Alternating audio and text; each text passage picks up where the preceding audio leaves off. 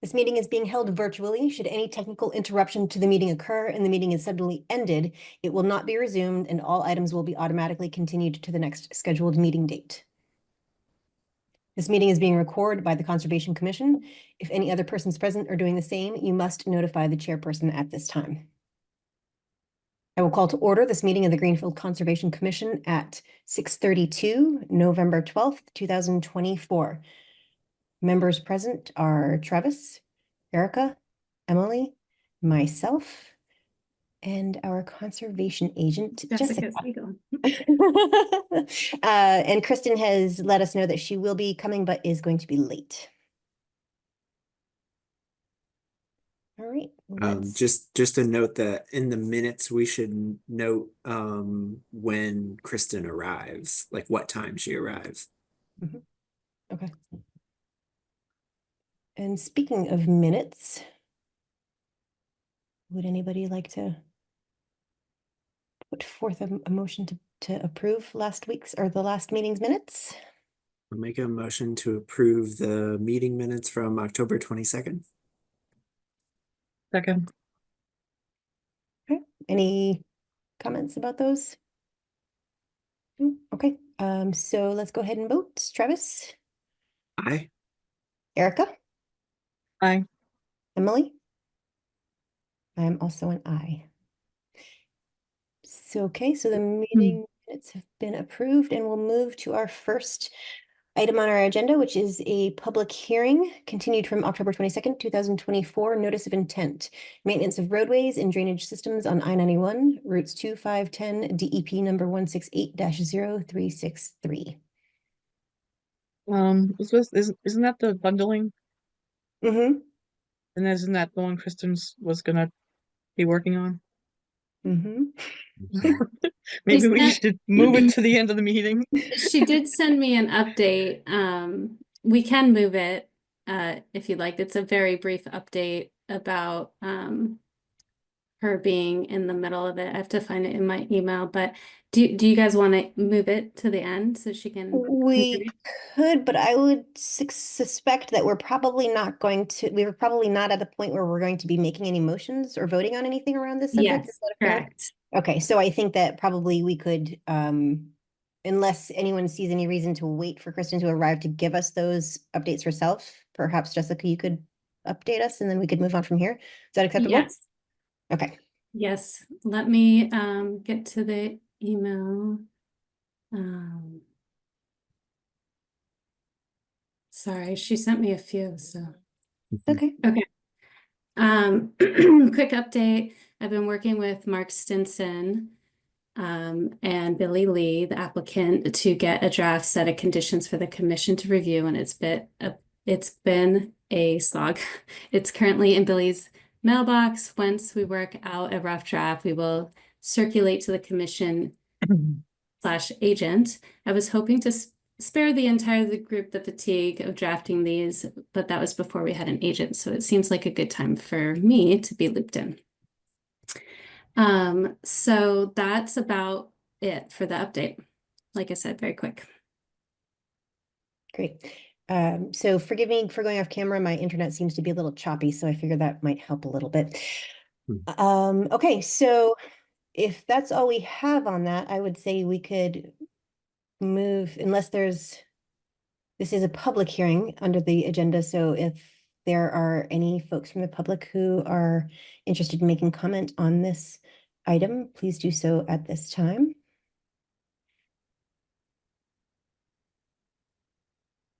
Hearing no comment, I would say we can move to close this particular public hearing. We continue it? Continue, yes, that's a good point. Continue to, let's see, that would be the 26th. So could we have a motion to continue this hearing to November 26th, 2024? I'll make a motion.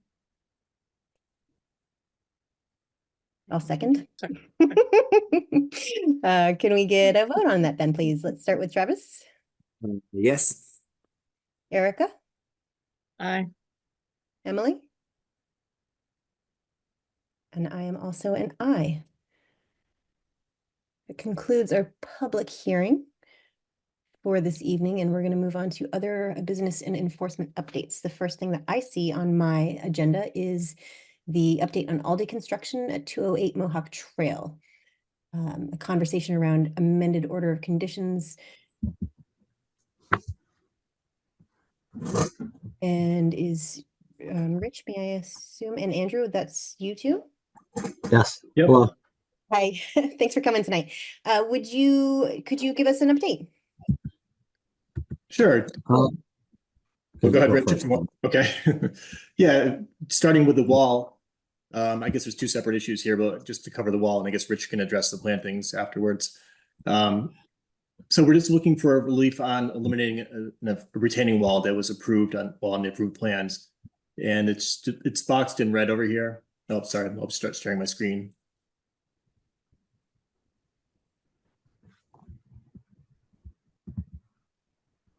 Okay, hopefully that's popping up. Yep. Yep. Okay. So we've got the site, it's under construction. I'm sure you've probably driven by it. So as you know, got Route 2 to the north, McDonald's here in the corner, and Home Depot over to the west. So we're talking about the western side of the building. It's kind of out of sight, but we're looking to eliminate a retaining wall here that was approved. And the whole purpose of the wall was to provide a 25-foot buffer to the wetlands. But during construction, it became apparent we didn't really need the wall there. It's only holding back maybe 3 to 4 feet of earth. And that slope, or can be sloped, that 3 to 4 feet of earth can be sloped down towards the building. So we just want to eliminate the wall. We aren't going to go any closer to the 25-foot buffer than we already were. So the slope will start maybe 26 to 27 feet out from the wetlands and just slope down to the building. And just to show you what that looks like, here's the proposed plan. So you've got the buffer over here, limit the work, and just kind of slopes down. It's actually less steep than the 3 to 1. I think it's like 4 to 1 or something like that. And then the water will just drain to these drainage structures to the north and south on the plan. So that's all we're looking for, is just approval to eliminate that wall, just kind of slope this down. Limit work stays the same. The ground coverage for the landscaping plan stays the same. I think we had a conservation mix there and also a grass strip along the building. And that's kind of it. We've got a photo here at the end here, just showing what we're talking about. So the building on the left, the slope to the right. You can see some stakes up here. These are the 25-foot offsets. And what the contractor is going to do is just fill this in and just slope it down to the building. So that's all we're looking for here. So I don't know if you want to continue on this or go on to the plantings and handle everything at once, or keep things separate. Let's Whatever you wanna tackle do. this first, if the commission agrees. Great. Okay, I'd be happy to answer any questions you might have or anything.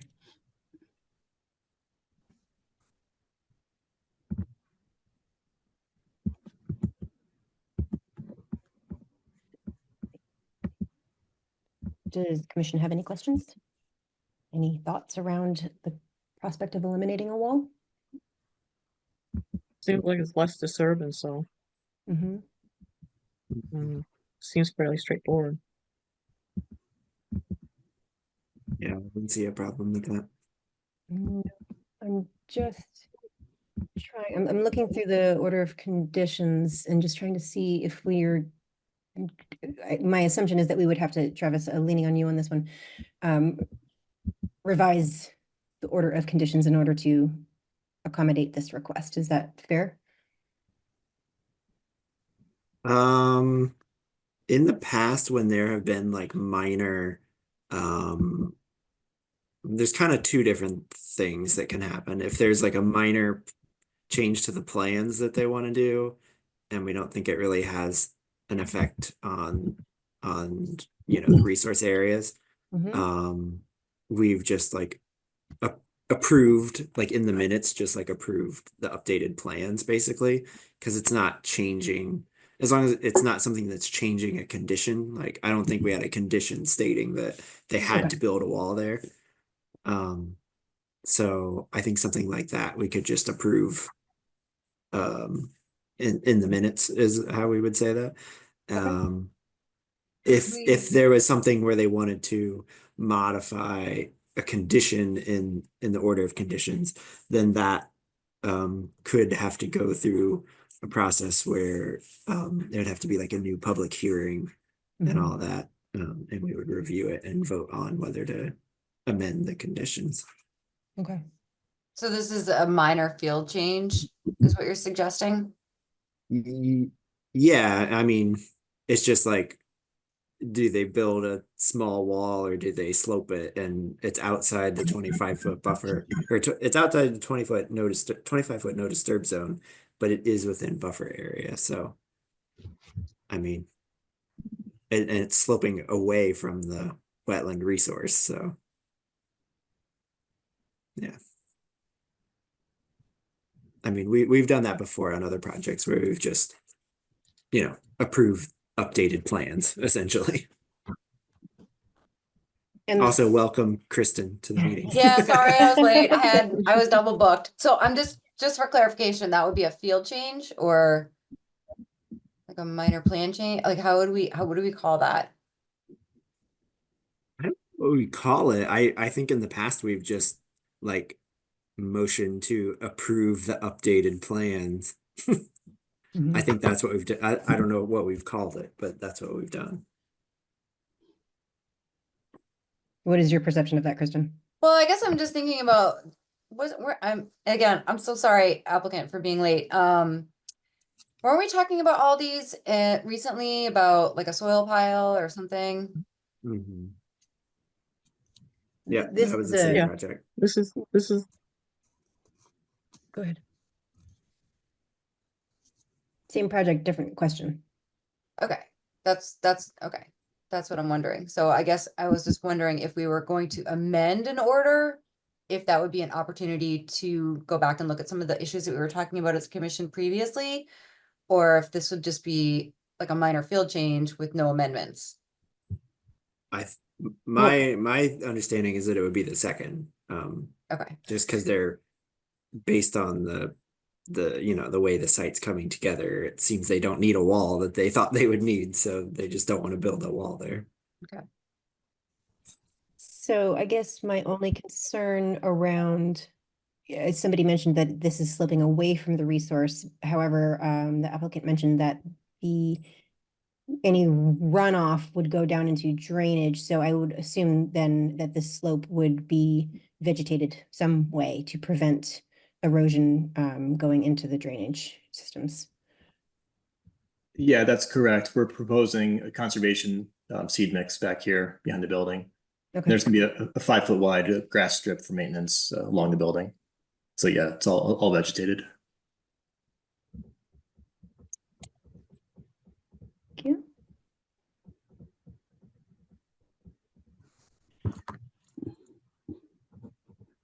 I guess, so I was just gonna say, I guess we could also talk about the other change that they want to do and see if together that, if together that would change the order of conditions or whether they could both just be changes that we vote on tonight. Sure, let's move into the planting.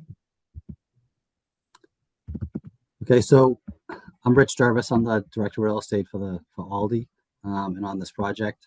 Tonight, I just want to talk about the plantings required and the timeline that we're up against, really related to like the availability and the conditions that we have to plant anything anytime soon, right? So I sent an updated, and I can pull it up after I kind of go through this, but I sent an updated list of the plantings, and I sent it to Jessica like late today. So I don't know if anybody has that. Did anybody get that or no? It is in the Google Drive.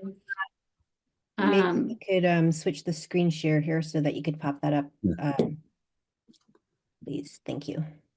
But really what I'm asking for is I'm requesting approval to move forward with either of the two options, right? So one would be postponing the planting until the spring, really due to the lack of availability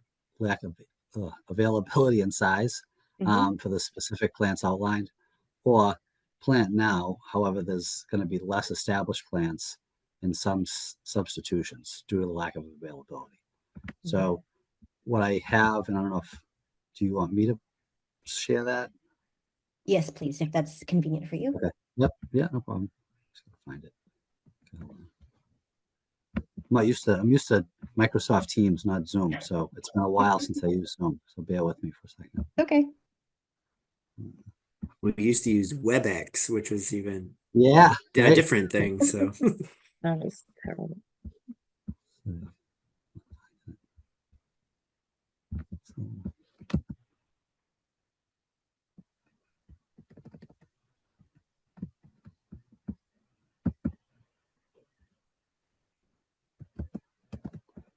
Okay. Sorry for the delay.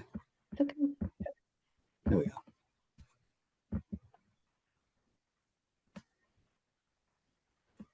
Are you seeing this? Got it. Oh, okay. So this was sent to me today from our general contractor who got it from our landscaper. And sorry, there you go. So the different plantings are highlighted in colors. So green is good. We have it and we have it in the right size and it's available. Yellow is a substitution. So you can see like this one right here. Green's by a little leaf. It was originally a 3-inch size. This is what's available today. And then if you scroll down, I think there's only one that's not available. It's this one right here. Perunus virginiana. Okay. So, I don't know if you guys want to go through this list in detail, but what I'm really looking is to get approval to either one or two of the options is to plant now with the substitutions or postpone till the spring. And I gotta say, I think right now we're leaning more towards postponing. Like we're gonna try and plant, but I think the window for that continues to close. And I think planting in the spring is probably the better option as far as everything surviving, right? So and getting the result that we want. So I'd like to add a layer of concern around planting time, and specifically, we in this area are currently experiencing a Class 2 drought, which is a severe drought as defined by the Department of Conservation and Resources, which means Yep. that watering any of these plants to maintain them and keep them alive at this point would be problematic in such a setting. So just something for Another good reason, the red flag, go Mhm. towards spring, I think. Also, Okay. I'm pulling up the special conditions, but there are 78, so I just save me from having to read them all, but do you remember off the top of your head if you have like a multi-year post-installation assessment requirement to replace failed plantings? So I guess what I'm saying is if you postpone this till spring of 2025, will that delay your years of post-installation evaluation and assessment? First question, I don't know if we have, would you call it a 75 year? Well, no, not 75 years. Geez, we're Oh. not that off. It's 2 years, 75% success rate. But that's only if it's like a restoration area, and I'm not sure if that's something that we put in the conditions. I'm looking at the conditions and I don't see anything like that in there. Okay, because it's not a bordering vegetated wetland, it's not BVW. It was all either Buffer zone. riverfront or wetland buffer. Okay, gotcha. There is a like a mitigation area, and in the order of conditions, there's a section that says special that has 3 different ones, and the third one says a report on the restoration plan progress shall be submitted to the commission once a year for the first 2 years. Yeah, that's what I was wondering, because there is a BVW there under the performance standards for BVW wetland mitigation. Usually there's a 75% requirement for native hydrophytes, and depending on what the orders state, it could be as much as 100% for woody plants, but I don't know if that's in there particularly for this one, but So it's on the contractor, in other words, to have success. So Right. if you plant them now and they fail, it's on you to replace them. If that's in the conditions, and don't quote me, because like I said, I haven't read through them all and they're not super fresh in my mind, but, so it would seem like it would be in your benefit to wait till we're not in a drought. And it's not, like the dormant season, and also to negotiate with nurseries to make sure that you get the species that you want. But that will delay, if the plantings are going in the mitigation area, that will delay the number of years post installation of monitoring. So if they go in 6 months later, it's just gonna push that out 6 months, basically. If they're in Yeah. the mitigation Yeah. area, yeah. So a question I have is I was trying to find, was there is there I was trying to find a planting plan that specified when these plants were going to be planted. Because I couldn't find anything saying that it was going to be planted like this fall. Maybe I'm just not I don't- finding I the don't right think- document. Yeah, and I don't think there was anything that indicated the timing of planting, but I think they were supposed to be planted before we opened. If you Right. had specifications, it would probably be in your specs, but usually the commission doesn't get those. It would just be for like a contractor. But sometimes that's on the specs.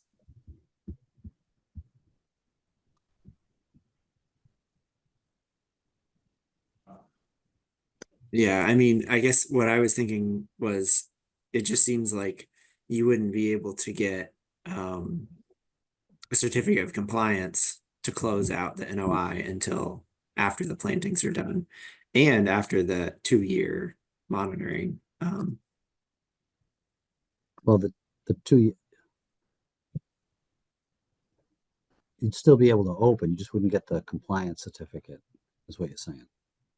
Yeah, and I guess I didn't know. I guess I didn't see anything about saying that the plantings had to take place before it opened either.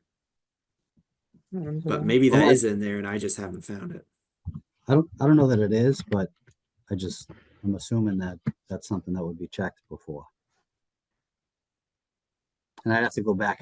Honestly, I was on the road all day, so I didn't get a chance to review the conditions. But, I think if we could postpone it until the spring, I think that would be to everybody's benefit, the project, the mitigation as well, and the success rate of the plants, really. But we're just talking about woody plant installation, not your seeding and your stabilization, right? Yeah, just the plants. The woody stuff. Shrubs I don't and know. saplings, like you'll still put down some kind of stabilization. Like grass. Yeah, like a winter Seedlings. rye or something, right? Yes. Yeah, and I guess what I was getting at was I didn't know if there was anything we actually had to approve. Like it might like I couldn't find anything that we Yeah. would need to approve changing. I do think it is a good idea to wait until spring. So in the site plan, that was approved in the part of the site plan, I think I'm on page 19 around that, it talks about the plants. It does say in the notes, I read the other day in the notes, it says that all the plantings should happen before they open. And so okay. I think what would need to happen was that there was some sort of approval that it could happen in the spring so they could, because if they wanted to open in January or February, that they got a green light to do that. Mhm. Okay. Gotcha. This is why it's great having a conservation agent. Thank you for finding that. Yeah.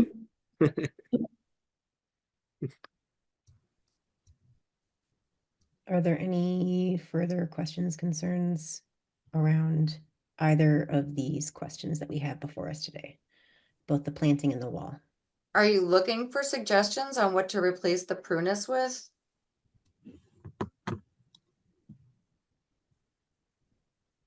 I mean, I would take suggestions. I mean, don't know. Liz, what do you think? Aronia? I mean, that's what the chickberry is, right? No, that was a prunus. No, any aronia would be great, actually. And then, but again, not your landscape or the place that you're sourcing the material from, come Right. spring is likely to have Everything those, we need. right, Yeah. right. Springtime. So, I mean, yes, aronia would be great, but if you can get this prunus by then, that's adequate.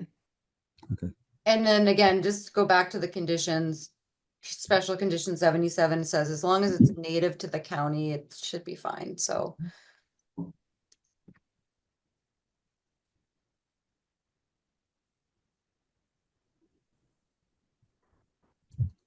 Yeah, so again, I feel like this one is because that's specified on the plan and it's not really changing the order of conditions at all. It just, again, seems like it would be like a Approval. approval of the updated plan. Mhm. Sounds good. So, Kristen, before we move on to the concerns that you had broached earlier, I think it would make most sense to wrap this piece up. Do you agree? And then we can discuss the other pieces. All right. So approval in the minutes, Travis. Help me out here. What's the, my apologies to some of you who have not yet met me. I am relatively new to this position as chair, so I'm muddling my way through with a lot of help from the more seasoned commission members here. Former chair. Yes, that's right, especially the former Yeah. chair. yeah. I mean, so what we've done in the past is just one person would make a motion, like make a motion to approve I don't want to make this motion yet because I have a question, but someone would just make the motion and then we would vote on it.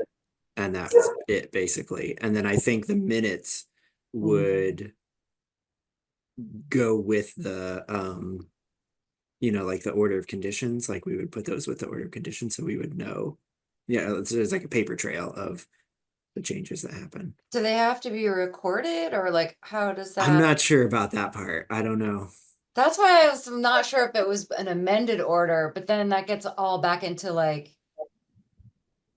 open meeting law and notifications and Yeah, I mean, for an amended order, we would have to decide tonight that yes, this could be an amended order, and then they would have to come back for a public hearing, and then we would have to Yeah. vote to amend the order of Yeah. conditions. And then, yeah, they have to go through the whole public hearing process. But yeah, I'm not sure about that part, but I think that could be figured out later, like Okay. if it has to be recorded or not. okay. But I did have one question really quick, which is, if we're motioning, for the applicant, if we're motioning for the planting especially, it would be good for us to have like an end date, like, yes, you can delay this, but only until X date. So it's not just open-ended, So I hear where you're Well- going with that, Travis, and I think that's a good idea, but I think rather than having it be a specific, well, I'm just thinking about frost and the actual realities of what spring may or may not look like. I mean, we could So- even make it by summer, like- June 15th or something, yeah. Sometime, yeah, during the spring planting season or whatever. Yeah, could I even recommend like maybe you just say like 6 months after open? That way it gives you, whenever we open, there's certainly some time after that. The I rest mean, of it gives you time within a season to be able to do it. the rest of the commission amenable to that? 6 months after the date of opening? Well, Fine with we that. don't really know when they're gonna open. so That's would it exactly be better- right. So should we maybe, what Kristen said, like June 15th or something, just. Yeah, it or doesn't could give be- or like a something. consideration for time of year. That's the only thing, but I mean, Yeah. if they think they're gonna open in January, we say 6 months, then it's the same thing, but I don't know. I feel like, So if this helps, we was scheduled to open 4/3. So end of March, April. That is a little shaky right now, to be completely transparent. So you're thinking that if you're delayed and say worst case scenario, and I don't mean to jinx you, so you don't open until like August, you would want to be able to. Should we give you, I don't know. I don't know how to word that. I don't know how to predict that. I don't know. Right. Because 6 months after opening could be poor time of year. Well, we would be saying by that date, so I Right. mean, really, they could have it done before, if it gets delayed, if opening gets delayed until November next year, they could have the planting all done before it even opens. even. Yeah, that's true. That's a good point. But I mean, I guess I feel like I would rather tie it to, you know, something related to the planting, like spring or, you know, like the availability of the plants, which is a little less nebulous than when the store might open. Yeah. I mean, I guess the other thought is like, if we're doing this and we say June 15th, and for some reason something comes up and it's June 10th and you haven't gotten anything planted yet, I mean, you could come back again, but hopefully that doesn't I happen. mean, we're a friendly bunch. You can visit, right? Right. It should easily be done by June. Well, then I We think we could be in drought in the spring too, so who knows? don't jinx us. No. Gosh, I don't know what's worse, this past summer or the summer last. So it sounds like everybody seems happy with June 15th. And if we need to revisit, we can revisit.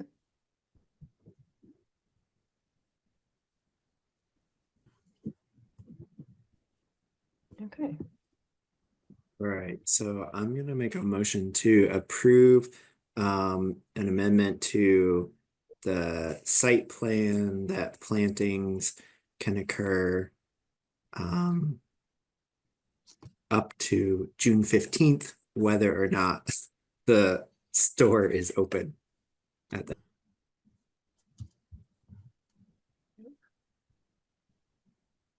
Is that me that froze or is that Travis that froze? Yeah, I don't know. I was just thinking the same thing. Because yeah, are we gonna do both of them at the same time, or are we doing each one separately? Good question.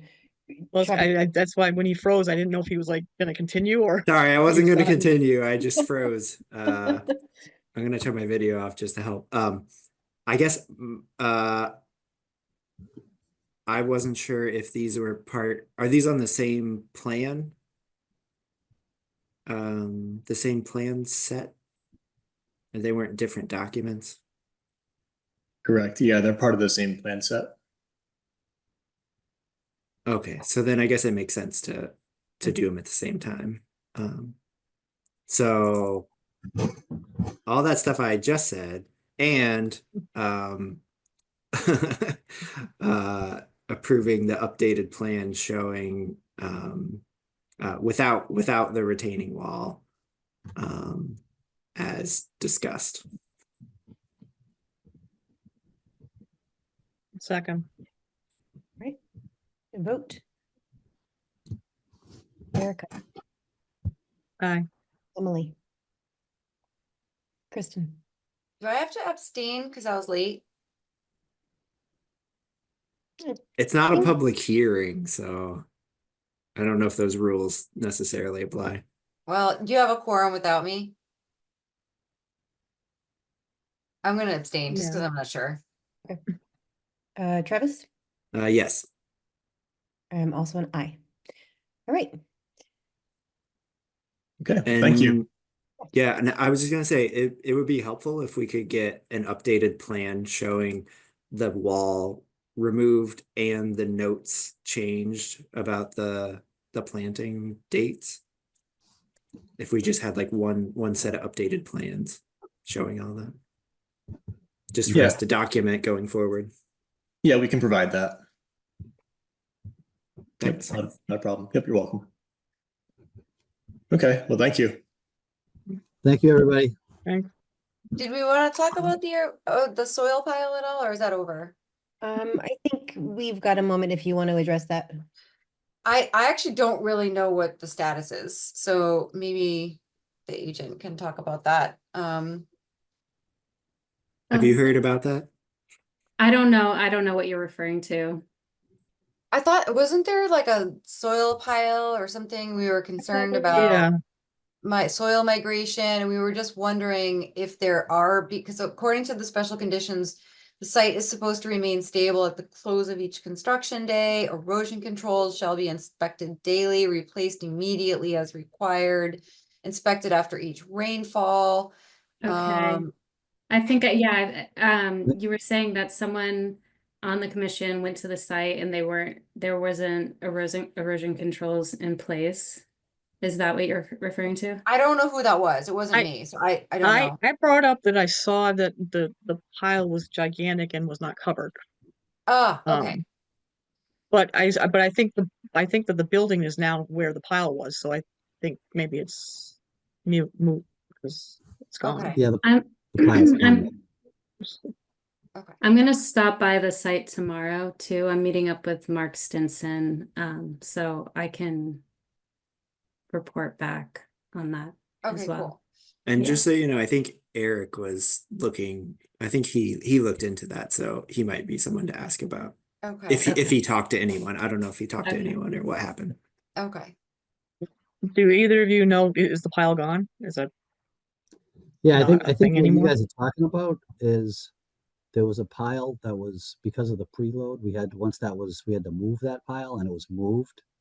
And I think the the bottom of the pile was getting close to the silt fence. And I think there was concern with that. But there's no more like they were concerned, I think, of that going up against or beyond the silt fence, but it never did, and the pile's not there. So Okay. I think we're all set. I So mean, the if pile's somebody gone goes then. by tomorrow, they can certainly let me know. That's great. Thank you for that update. Thank you. And no dewatering activities, right? No, not that we're aware of. No, Okay, no, I think, yeah, it's pretty dry out there. okay, great. Which would have been nice like 2 months ago when we were going through a flush over there in the mud. All right, well, thank you for coming in to see us. Thanks for your time. Thank you. All right, guys, have a good night. Thank you.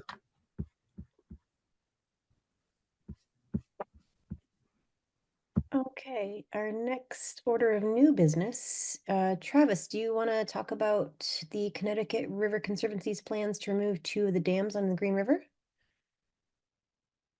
Yeah, I don't have a whole lot of details in front of me at the moment, but I guess I just wanted to bring it up because the mayor, I believe, signed a memorandum of understanding, I think, with the Connecticut River Conservancy to remove 2 dams. I don't remember what both of them are, but I know that's been in the past, that's been a contentious issue in town, and I was just wondering if people would want to maybe, write a letter of support for removing the dams that, they're no longer used for anything. They're just dams Sure that that still is- exist. To Travis. Yeah, I support that. I read the article in the paper the other day. Mhm. I recognize the historic significance. We talked about it when the applicant came before us. We know that that's mass historical. And there's like the Tap and Die Industrial Revolution site there. But I think that improving water quality and habitat connectivity and a fish ladder, I think those are all good things, especially if they have to go through a cultural resource survey anyway. I I feel confident that everything can be preserved and still be a win-win. Emily? Muted. Can you hear, you can't hear me? Yep. We can hear Yeah, you now. yeah, Okay, good. yeah. Um, I went to a tour of the Miller Meadow, the one that had, had been circulated. And when we were there, we talked about this project. Several people brought it up. And at least for the one on the Green River that's by the Industrial Museum, someone was present who actually has done consulting with CRC, and talked about some of what his impressions of what the design would be. And it did include a fish ladder, and also, I'm forgetting the term right now, but it was sort of a 3-stage thing that would allow the water to remain at the height that it is with the dam, but it wouldn't be a dam structure, so that it would provide like a multi-stage cascade. Like a step for- pool. Yeah, something Yeah. along those lines. A rough riffle. It was, I can't remember what the word he used, but it would basically be something that would have a habitat simulation element that would allow there to be no dam, but wouldn't make the water drop as precipitously as it would if you just remove the dam and allow the flow. So I'm not sure exactly what the plans will be. Obviously, we'll be involved when those come through, but it sounds as though the direction that it would go would be very sensitive both to the wildlife, to the use of the river, and to various other aspects. So I would also support it.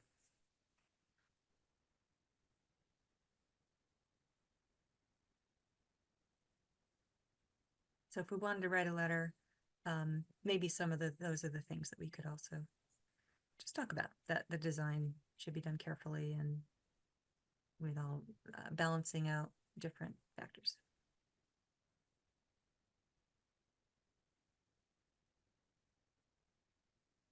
Yeah, and just, in the past, if we did write a letter like this, it could be it could be done multiple ways. Either tonight at the meeting, we could discuss like kind of what we want to see in the letter and then vote and allow someone to write the letter, like Elizabeth or, Jessica, and with, Jessica and Elizabeth working together maybe. We could do it that way, or someone could, before the next meeting, draft a letter, and then we could review it at the next meeting, and then vote on it then. So that's how we've done things in the past, either of those ways.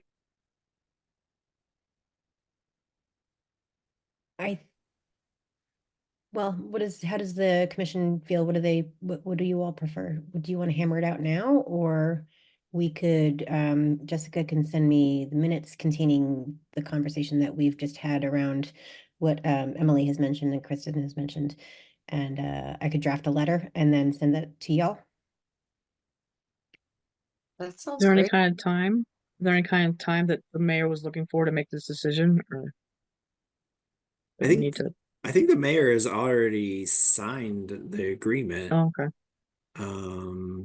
But I don't think that necessarily means that it has to happen, because I think previous mayors have also made moves in that direction and nothing has happened. So I think it'd be significant in terms of public perception, because there has been a certain amount of opposition to it. And this is an opportunity for us as the conservation entity in the town to say that we believe it would be beneficial. So that's meaningful too. and I believe I saw that it's going to go. Oh, I guess it already did. I saw in the article that it said on Tuesday, November 5th, City Council will hold a special meeting to read and discuss a request to fund emergency repair to the electric light and power dam. But I don't know if the agreement is going to go, to City Council or whatever. But yeah, so I don't think it's super time sensitive that I know of. I don't know anything other than what's in the newspaper articles. I just saw it and I was like, oh, that sounds like something we should talk Mm. about. Yeah, glad you brought that up. Thank you. So how about this? How about this time next week, which I know we won't be meeting next week, but how about this time next week, I will have a draft letter to you all, which would give another week for comment from the commission and editing and misspelling catches on my part. Yeah.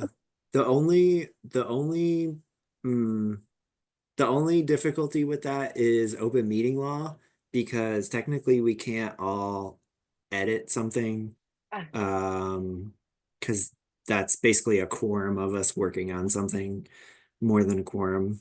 We can review So it though, right, Travis? we could review it and not send you comments, and then we could come to the meeting with comments. Okay, That, gotcha. or we could all send our comments to the agent, and then the agent can incorporate them, because the agent isn't a commissioner. Okay. And then not send, but then you'd have to not send it to everyone until the meeting, I think, like to see the final result. It's very complicated working around open meeting law, but I looked into this, like when I first became chair, I was like, how does this work? And I'm pretty sure that's what we would have to do. Gotcha. And I think that we could still use that to move this along efficiently if, yeah, I think Jessica, you and I could probably hammer out the first draft, send it around, everybody sends you the comments, and then basically you would be working on the final draft at our next meeting on the 26th. 26. Okay. Yeah, so I can complete the minutes probably and by tomorrow or the next day and get you what you need for that. And you could probably have access to the recording of this meeting too. I will, yeah. Yeah, It's yep, good call. crucial. So if Elizabeth, if you wanted to Yeah, watch the meeting. I could send that too. All right, so that means I will send you the draft by the 19th. Thank you for volunteering for that. Sure.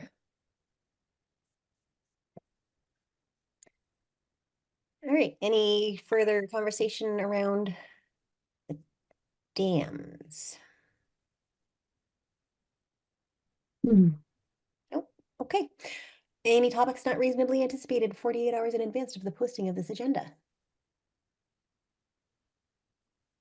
One thing at the top of the agenda was the update, Kristen, that we had Jessica give us about the bundled Yeah. thing. So just to let you know that we did discuss that and continued it Okay, forward. great.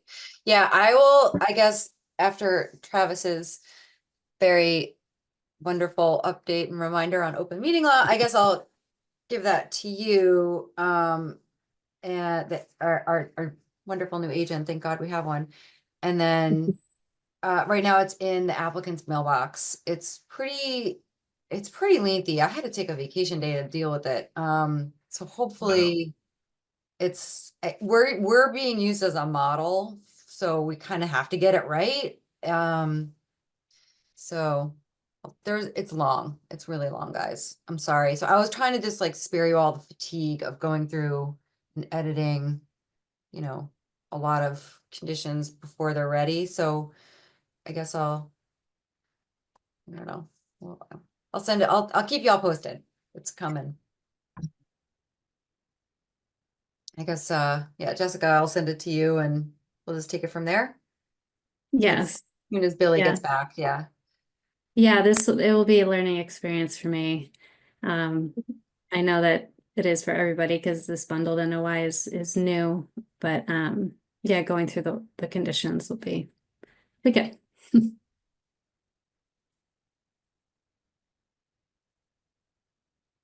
So we've got some old business lined up here. The 75 Oak Hill Road restoration plan. Yeah, I didn't see Jeff. Is Jeff on here? I'm here. Can you hear me? Oh, great. Sure can. So Jeff was joining us today to talk about the plantings that he did to address restoration of the trees that were cut. Eric and I visited the site today and took photos, and those photos are in the Google Drive to that everybody can look at while Jeff talks about what he planted. Could you maybe share, like Oh share yeah, the- do you not have access to the? No, we do, but it would just be, it might be It's just easier easier, if okay. we all look at the same Yeah, thing. let me Got him handy if you want me to see if I can try to put these up here. okay. Thanks, Elizabeth. Yeah, I'm like, Thank I'm just you. closed out, so. Okay. Everybody seen that? Yep. So I Okay. took a bunch, there's a lot that are like specific plantings, and then there are 3 that are kind of the broad view. There's 36 total. I'm not sure I have 36. Well, no, there's 36 plantings. Oh, But Okay. there's a really wide variety of sizes. So you can see in this one, in the foreground with the pink ribbon. Yeah. That's pretty large, but then some of the other ones are, you know, like a few inches like that. Yeah, that's just If that if you can go back to the previous photo, this one? Or Yes, previous to the yeah. other? that's Yep. me. And let's see, if you look down, well, if you look straight ahead, the trees with the pink ribbons, those are your black birch. And then the row of stakes, which are running about 20 feet away from that bobcat, those are all the red oaks. As seedlings, they were only about 14 inches in length. And anyway, so Jessa took, the reason we need the stakes is because there's only about 7 to 8 inches poking above the ground. But Jeff, is there a reason why they're kind of all clustered toward the road? well, that is my riverfront property, which is really a drainage ditch. We have that 200-foot buffer zone. So those trees are planted in that 200-foot area. Oh, so they're in the resource area, so they're all within riverfront. Yes. And are they kind of distributed randomly, or are they like in a grid shape?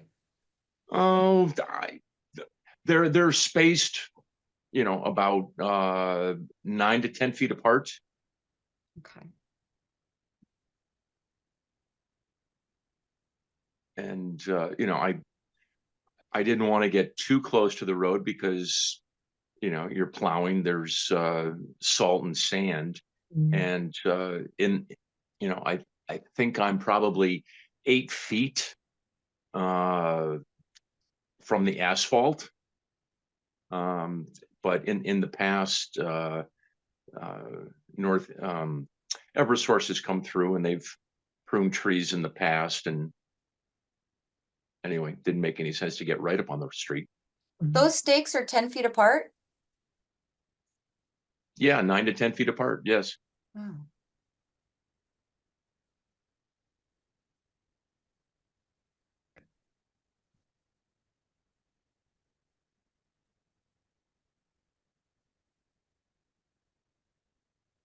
if you go to the back to the folder, not the one with the photos, but with his restoration plan, it says restoration Oak Hill Road restoration plan signed. It shows the area that was cut. That's part of the, oh, actually, it's not the signed one. It's the one that doesn't say signed.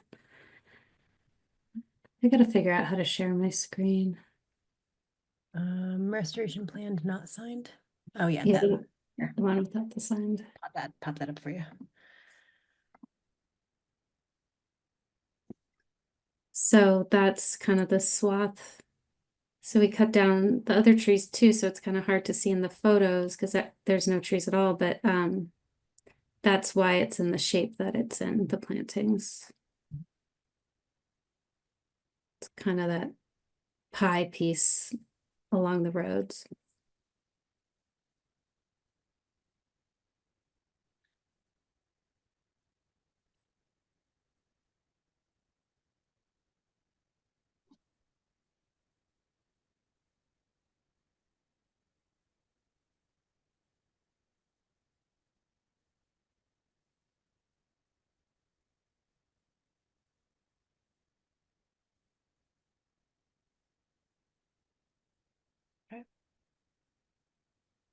thoughts, questions? From the commission?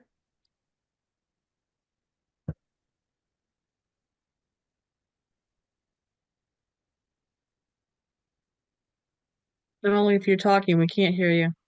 Or I can't at least. No. Can you hear me now? Yep. Yeah. Interesting. Not sure why my mute button's not working. I just wanted to start out by saying thank you so much for working with us and fulfilling this by the deadline that we had set. Oh, well, thank you. No problem.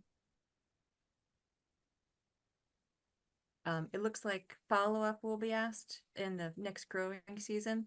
I know we've been having a lot of difficult growing conditions. We were just talking about that earlier, about the present drought. So, do be aware of that. So we'll follow up, I presume, in the spring about the survivorship of the trees. Sure. Yeah, so reminder, there's 5 growing seasons of post-installation with photographs to the commission yearly with a 75% survivorship expectation. And bittersweet shall be mechanically removed.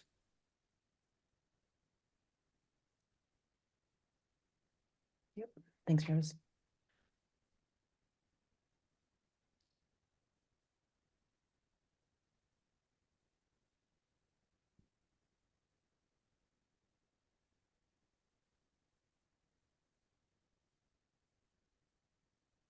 So Jeff, will you be presenting those data yourself to the commission? Yeah, I can do that. And the ornamental bittersweet, we really don't have that on the property, so I'm not overly concerned, but right there, it's a spot that I pass every day, so it'd be pretty apparent. I think if you look at the pictures, you'll also notice that I've put down a wood chip mulch around all the plantings, which is good. That also, helps keep the moisture in the ground.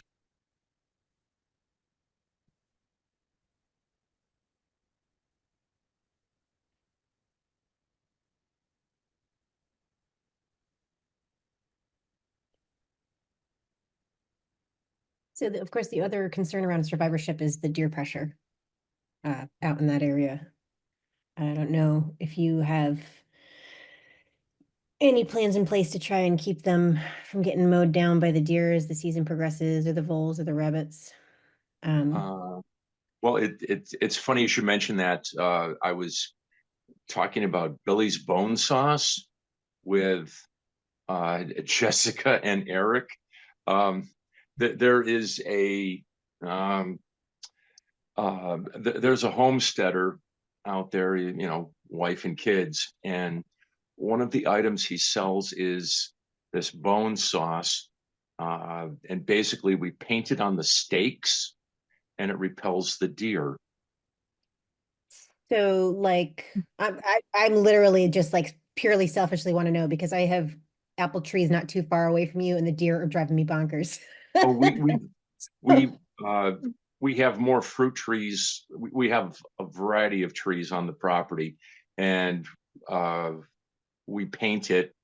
All the trees have a couple of stakes near them. The garden is surrounded with stakes, and the top 6 inches, has Billy's bone sauce. You could probably Google it. The guy is usually sold out, but I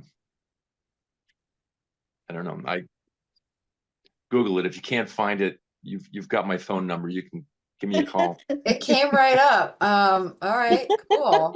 Great. Well, thanks. Sure. Yeah. Maybe I'll get apples someday. I guess just to reiterate, when you do your annual summary, I think it would be helpful to have a quantification of each tree sapling. So like X number of eastern white pines, X number of red oaks, whatever, so that you know which ones failed, if any, and that would be an easier task for replacement. Sure.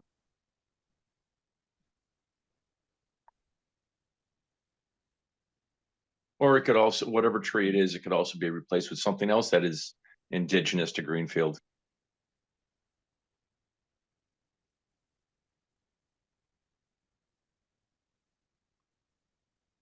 Provided that it's a tree, not a shrub. I believe that was our concern from the outset, was that Right, these these are, yeah, these are trees.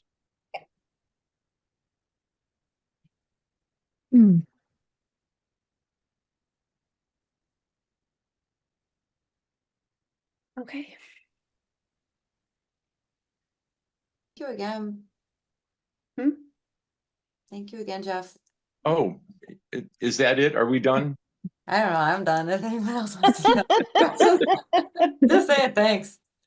I mean, I guess we're done until the 1 year monitoring, the 5 1 year years. photo. Well, the first Yeah. thing. Yeah. However, I will be back at the next meeting. And let's see, what we're going to be discussing is the 55 and older cluster development that we're proposing. I do have I do have a map with a road and houses positioned, and basically up in the let's see, when you see the map, it's the upper northeast corner. We've situated things so that it is outside of 100-foot buffer zone. Do you folks are you familiar with Ward Smith? Mhm. Okay. Yeah. He's my wetland biologist. I've had the area surveyed, and my surveyor also picked up the little pink flags that he put out delineating a boundary, and well, you'll get a chance to see what I'm proposing, and I'm basically just looking for your approval to carry on with this. Step one of many. Okay, All so you folks have a good night, and we'll see you in a couple of weeks, Thank you for your time. or you'll hear Thanks. me in a couple of weeks, I guess. All right, good night. Right. Okay, land donation. 2 parcels offered for donation to Conservation Commission, R37-54-0 and R37-53-0. Discuss and vote on whether Conservation Commission would like to accept donation to protect and manage a total of 26 acres between the 2 adjoining parcels. This is also something that the mayor is considering but hasn't decided on. So today, if we could just vote on if the mayor does want to accept the donation, kind of under that pretense, would the Conservation Commission want to accept it? That's what I was wondering, was whether it was, I knew it was either the Conservation Commission votes and I couldn't remember if it was the city council or the mayor who had to approve it.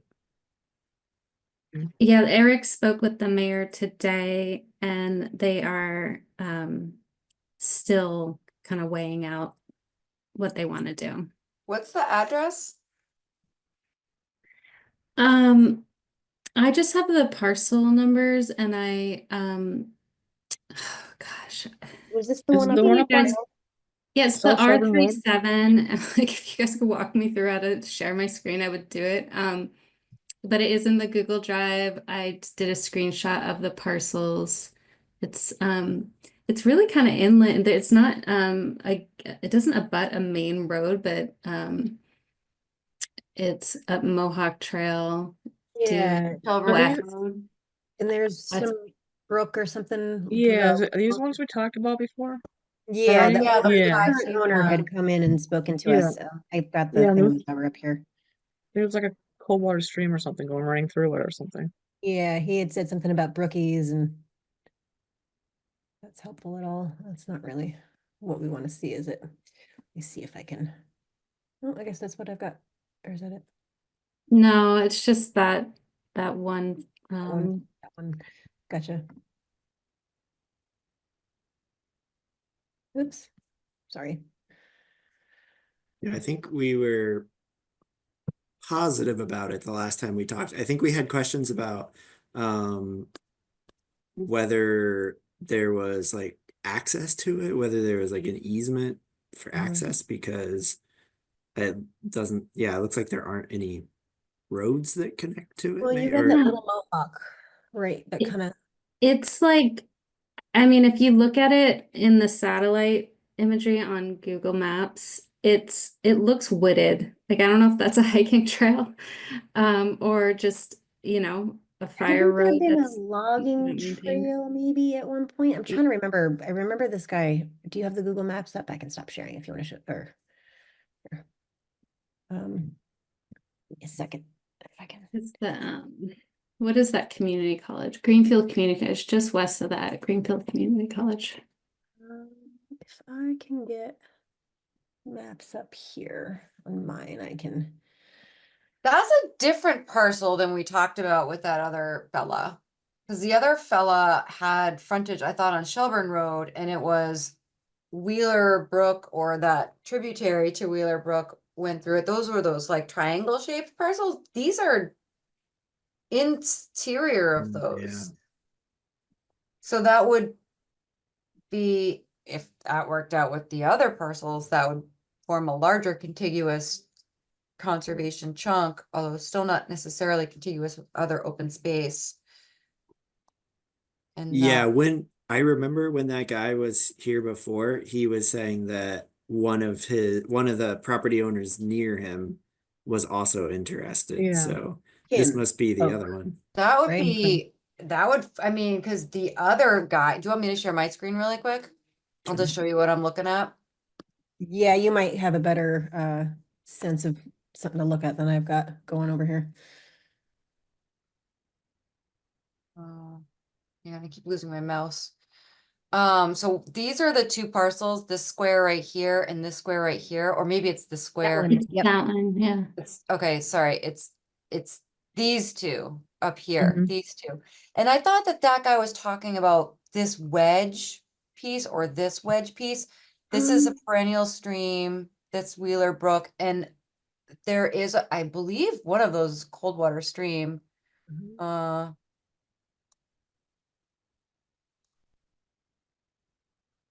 Maybe not.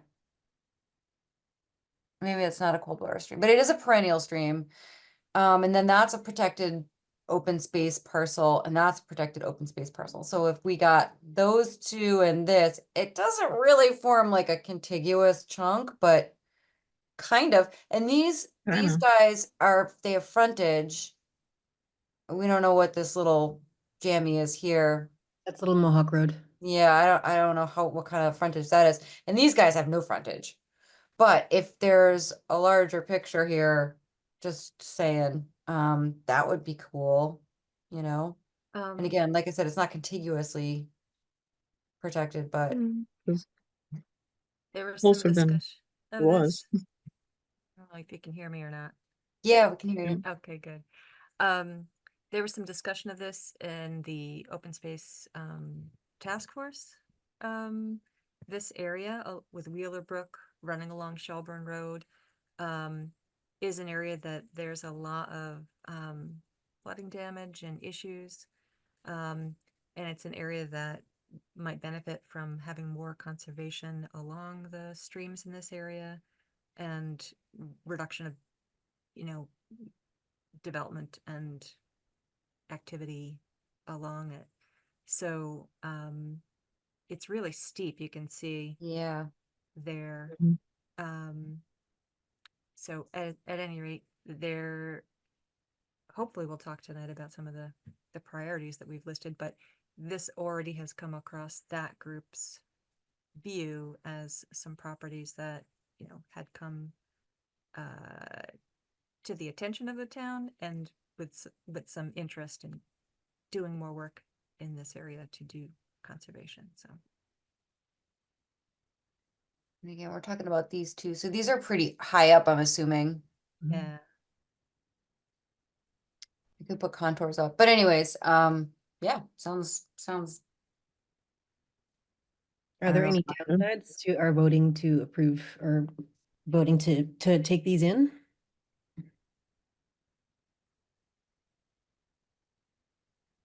I mean, the downside is that it's our responsibility to look after them, maintain them, deal with trespassing, Dumping. dumping. We have the book and page number for them.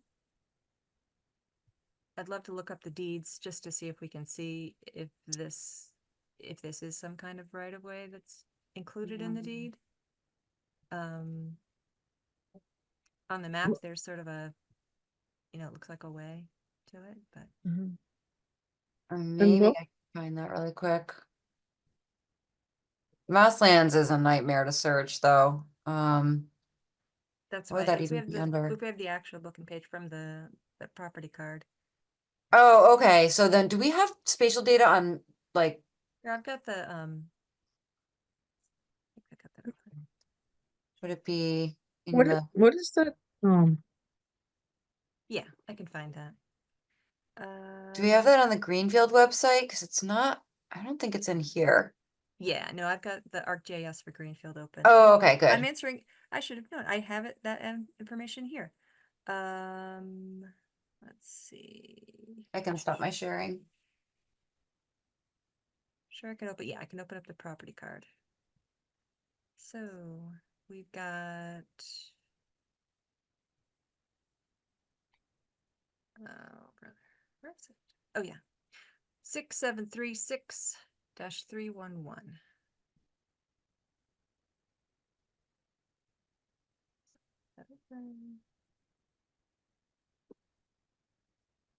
You want to plug it in, or shall I, Kristen? Oh, go for it.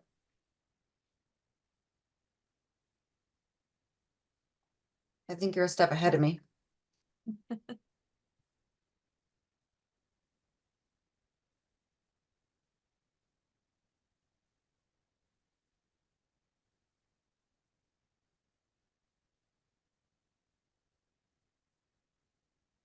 Um, 753. Okay.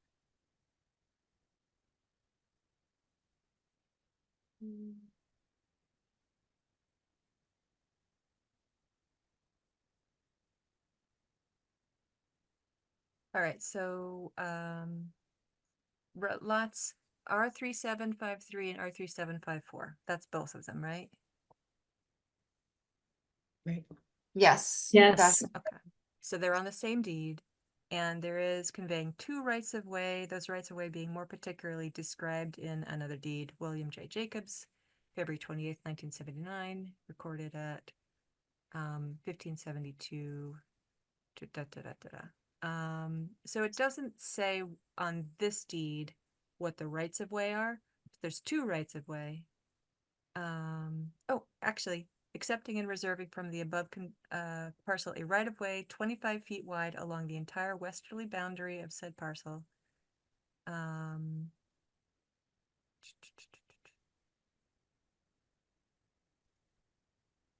Okay.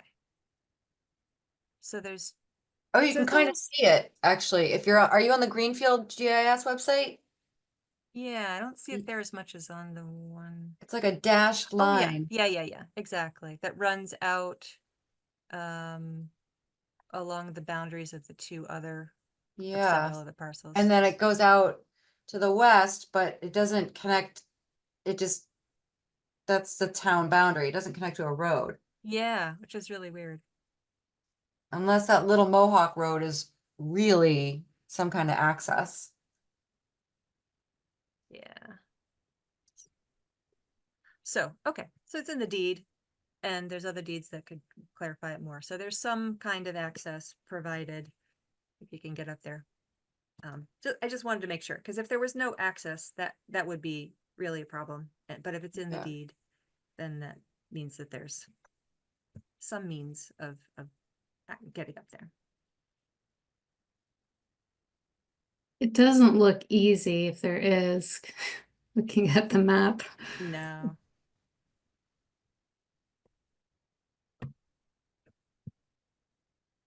Does anyone currently have access to the electronic MACC environmental handbook? No. Jessica, do you Mm. have a Mitch- login Mitch to that? did.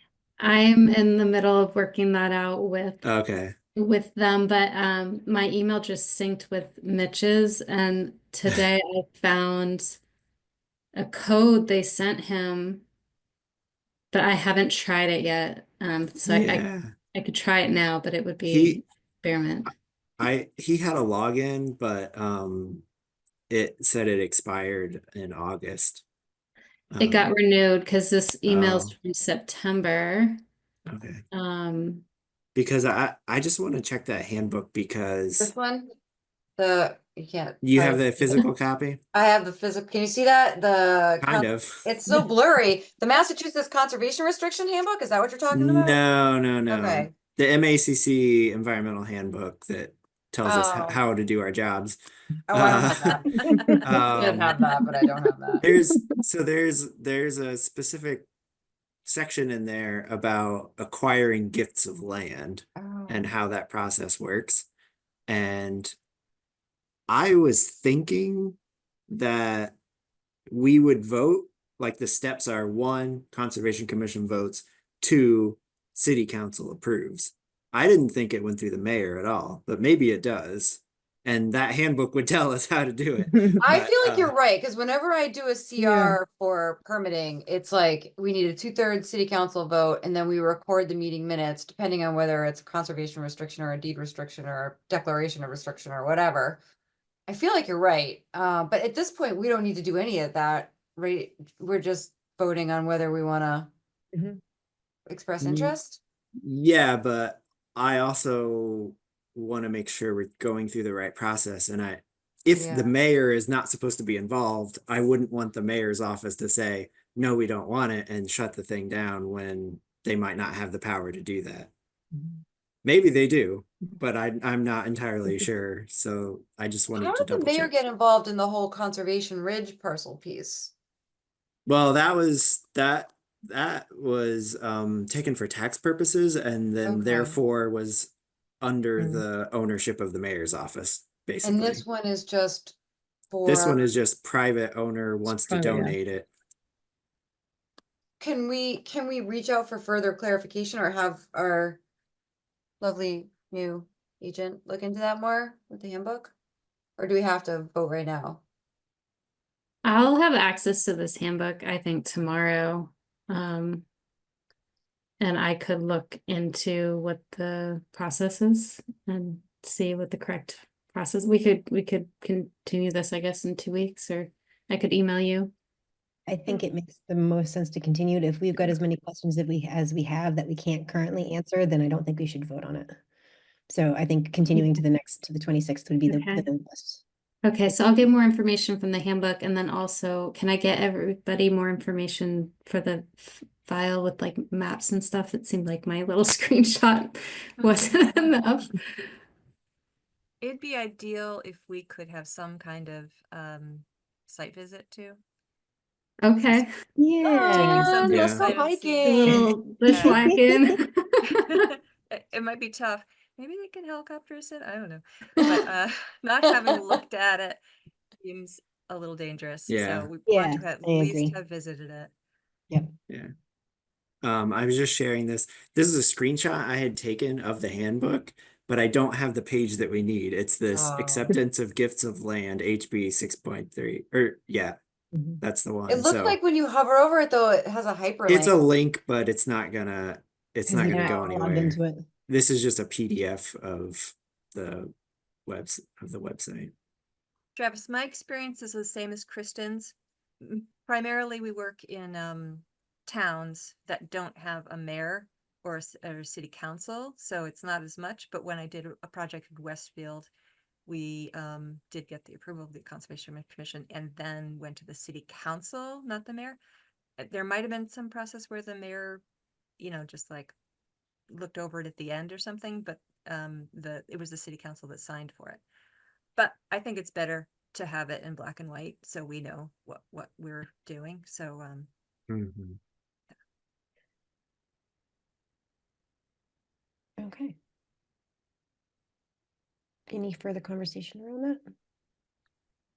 If not, we can move into the open space task force updates. Or review of priorities, rather, excuse me.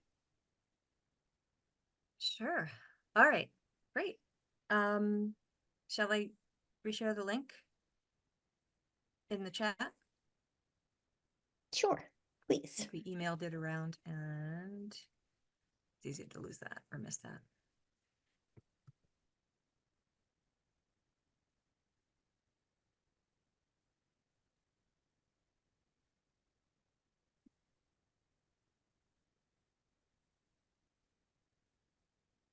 And I'll share my screen with the file. Okay.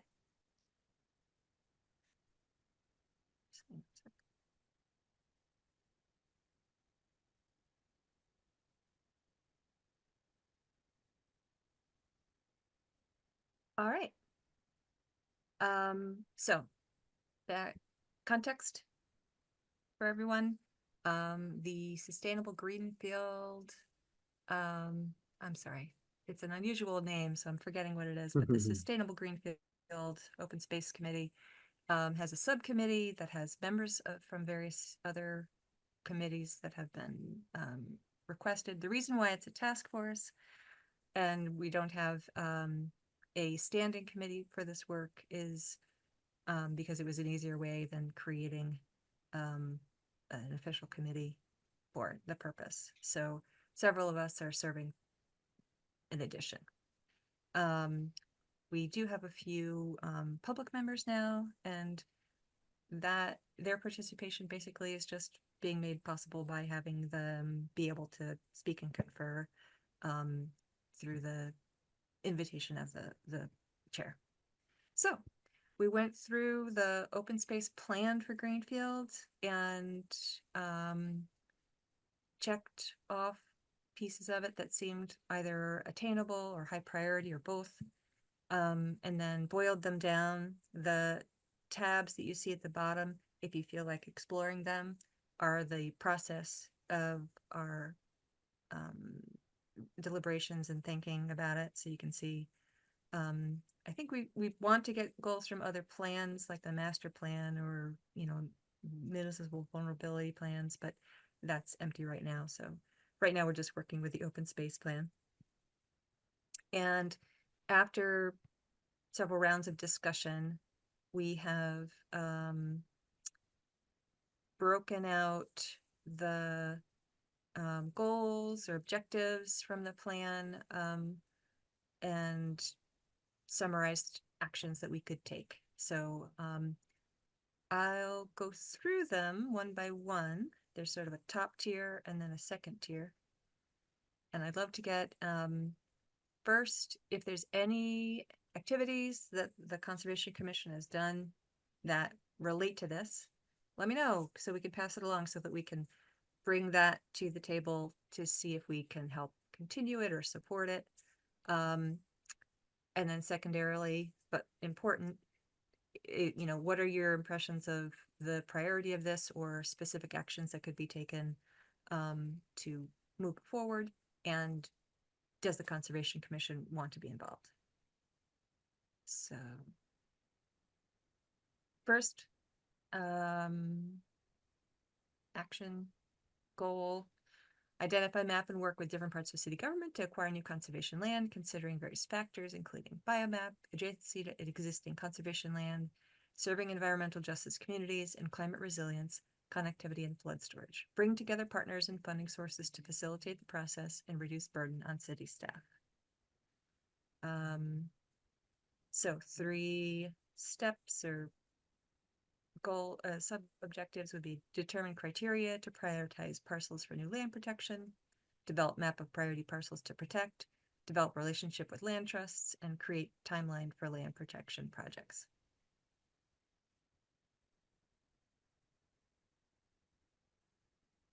So we actually just talked about a parcel that, is offered to us. But I think this goes beyond the responsive, taking of land in a sort of an opportunistic way. This would be an effort of looking over the potential parcels, thinking about our current holdings, seeing what might be of interest. And I think there's a few other steps and actions in here that this would fit nicely with. One of which is doing an analysis of flood and stormwater flow, so that if there are opportunities for conservation that could help reduce those impacts, that would be helpful.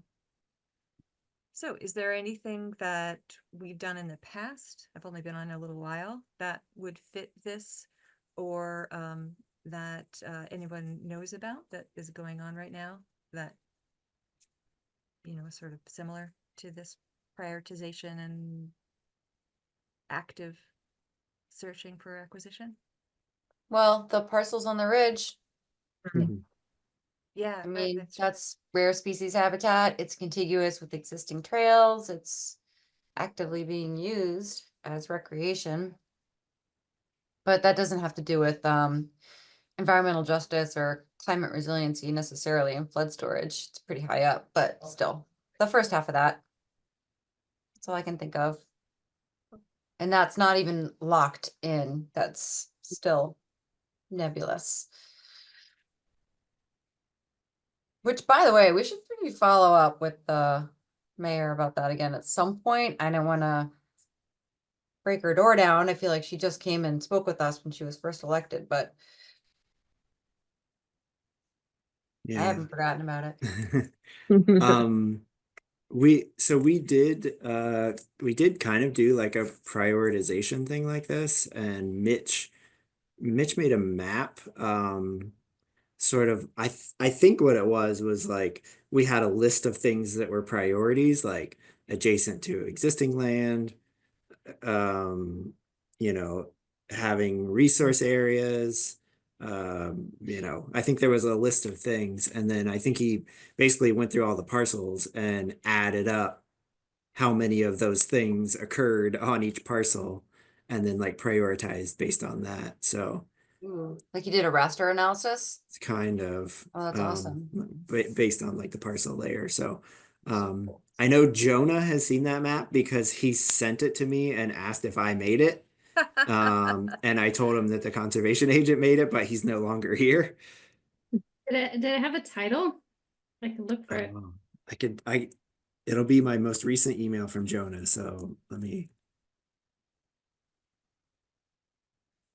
I mean, I don't have Jonah access to it Jonah now, is but I'll on look for that. it later. Yeah, Jonah is on that same committee. Is he the chair? I think He he is might the be the chair. chair. Okay. Here, let me share. It's priority_parcels_map_draft. But I'll share, if you want me to share my screen, I could show you Sure. the map that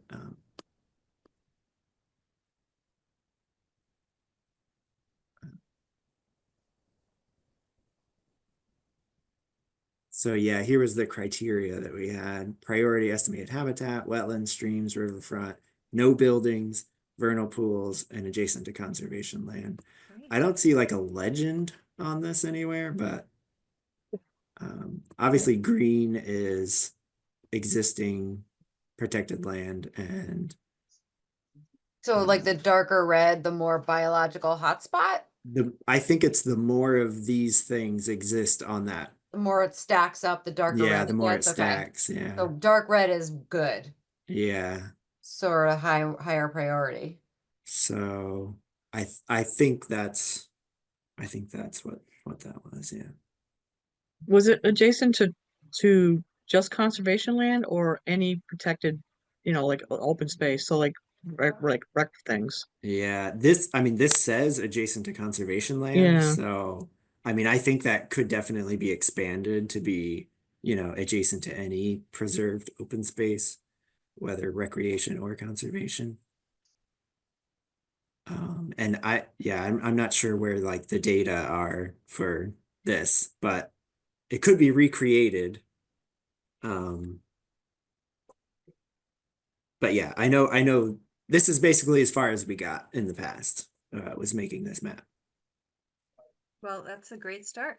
And that shows what the Conservation Commission was looking at, and can be expanded from. Yeah. Awesome. And we could reach out to Mitch. I mean, he might just have it somewhere, like a file that he could share with us. Chip out or Yeah. something. I mean, I'm assuming it's on the computer that he was using. Yeah. So Eric might know too. I Oh, don't know. yeah, yeah, yeah.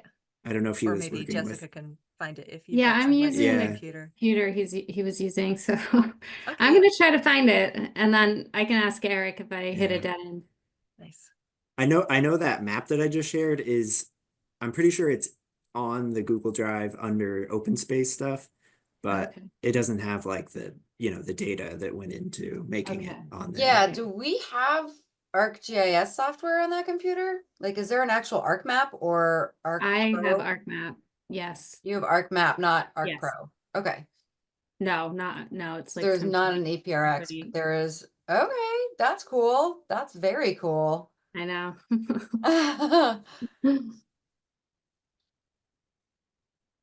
All right, I'm gonna share the list. That's great. That's why we're talking to everybody, because Yeah. we can just keep recreating the wheel over and over again. Yeah. So that hits on determining criteria, gives a good list, initial list, and a map. And then in terms of relationships with land trusts and creating a timeline, is this work that the Conservation Commission would be interested in participating in? Of course, I'll represent the committee on this subcommittee, but this is probably a longer term project, and would benefit from other people's points of view as well. Not that I'm asking you to volunteer. I just want to make sure that, I can go back and say that if we're looking for partner boards and committees, that the Conservation Commission would be a relevant partner. Maybe it's just in looking over the properties to take in as conservation land. And then also, I guess, another bigger question this brings up is, do we as a commission feel like we have the capacity to be taking on additional conservation land? Is that something that we would prioritize and want to have happen, or do we see barriers to that? I say yes to both of those questions personally. I agree. Yeah.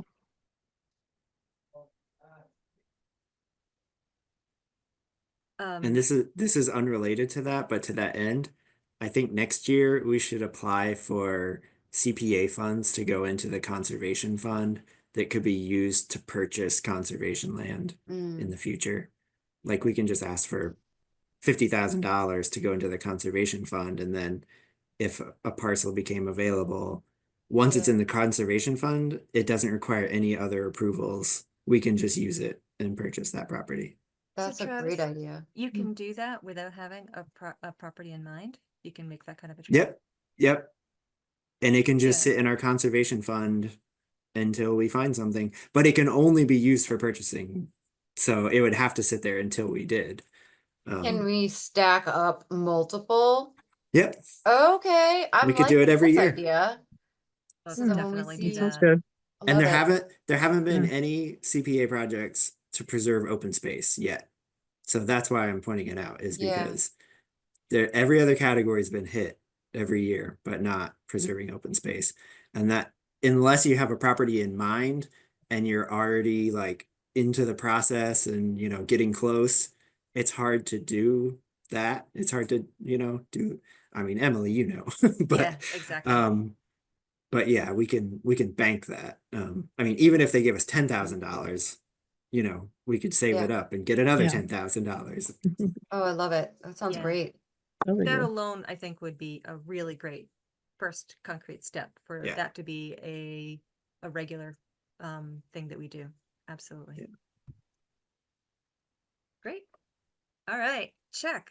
Good job, team. I know, dream team. All right. So a second action was maintaining and improving city trails, working with rec department and DPW to help move trail improvement projects forward. And I mean, I know that there has been some activity. Mitch did some like boundary marking. I don't know whether that got finished before Mitch left. So I talked to Mitch and Hmm. Jessica, you might already know this, but he told me that he had a document where he was writing down which ones had been done and which ones had not been done yet. Okay, yeah, I'll look for that too. Okay, I I did think not know that. it might be on the Google Drive. Okay. I feel like I've seen it, but And that's Didn't not he- trail improvement, but it's, you know, related. Yeah. Didn't he do something over by Murphy's Field too? I don't, what's that conservation land called? On I like, don't remember what it's called, but he put up a sign Lovejoy? about it might be, yeah. He put up a sign about the cliff, like don't fall off the Yeah. cliff, Oh, I basically. mean, I don't know if Right. that really counts, but hey, that That's makes me, the list that's look yeah. longer.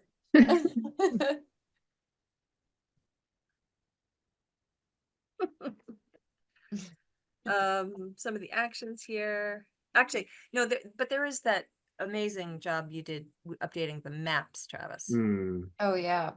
Um, Mm. and Oh, it- yeah, and Griswold. yes. It was more than just Griswold though, wasn't it? Oh, Oh, yeah. for the Went through all of trail, them. Yeah. for the maps, yeah. Yeah. But Griswold, we were thinking about doing things and we never actually got around to doing it. So the maps are, you've updated the maps of all the conservation holdings, and then you also did pretty detailed research on the deeds of all of them, correct? Mhm. Was Yeah, that just the conservation holdings, or did that go beyond? that was just conservation. Okay. Okay. And where is that? Is that all in the Google Drive for the Conservation Yep, Commission? it's all in the open space folder. Okay. If you go to like open space, conservation land properties, there's a folder for each property, and I put like the deed in there, and then some of them I found like old newspaper articles about like when the city acquired the properties. Right. So anything I found that was relevant is in there.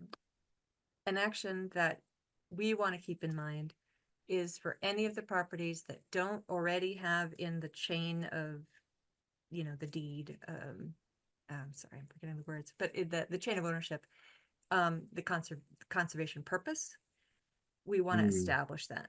Because if there's any of them, and I think there might have been one or two at least, Travis, that Mhm. didn't have that, Yeah, that is where in the future at some time somebody could exploit that hole and sell it off for profit, or, you know, for whatever purpose other than conservation. So if there are properties that don't have that protection, now those would be good ones for us just to go through the steps of either putting a conservation restriction on it, redoing the deed with whatever our legal counsel is, to have it say that. I'm not exactly sure what that process is, but it would be a huge lift if it was something along those lines, but then it could really lock down the fact that that's meant to be conservation land, not for other purposes, unless it made more sense for a particular property now through our, you know, different lies, that maybe it would be good for some other purpose, like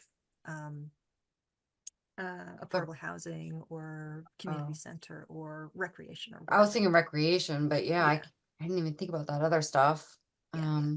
But because you've done that deed research, Travis, we're much more in a much better position so that we can at least know what's in what bucket and then make decisions about that. And I would strongly suggest that that be one of the top priorities for us, because everything else, you know, like, can happen. But those are the things that, since we are the people we are right now who value it as conservation, we would make that decision and we could just have it be baseline that the land will be conserved. yeah, and just to add to that, in addition to the deeds, I also made like a summary document where I brought out all the language from the deeds. So if you go to the open space conservation land properties folder, at the bottom, there's a spreadsheet, conservation land information, and that one has all of them listed, whether it's deed restricted or not, what the deed restriction language says. So that's a place to start. So you don't have to go in and look at each individual deed. That's fantastic. How long did that take? It took me a while, but this is when I was new to being the chair, and I was like, oh, let me do a bunch of stuff, and like We are benefiting. I didn't have a kid on the way. And, Well, thank you so much for that. And I was like, at least I'll get something done. Then they'll want to keep me as chair again. Maybe I'll do a good job. Oh my god. Oh, did you want it back? That was my first year. That was my first year. Oh, okay, sorry. I misunderstood. I was naive. Going back to our list, some of the actions listed here are determine which city trails are within priority habitat and which are within wetland buffer zone, explore trail maintenance that can occur on trails that don't require permitting, and then explore assisting recreation department with permitting if it's needed. And I think I'm gonna jump down here because one of the second tier priorities is supporting the growth of Greenfield's volunteer program to maintain open space. And that's, you know, finding volunteers and friends groups and things like that, having resources for them. So I feel like those two go together pretty well, but certainly, you know, looking over what's wetland buffer is in our jurisdiction as well. And if there was any permitting that was required, we could work together with the recreation department to allow work to be done. So seems like this is really high priority for us, Mhm. right?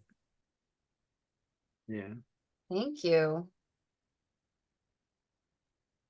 And it kind of fits with just what we've wanted to do if we have time. Yeah. And what Travis has devoted a lot of effort to.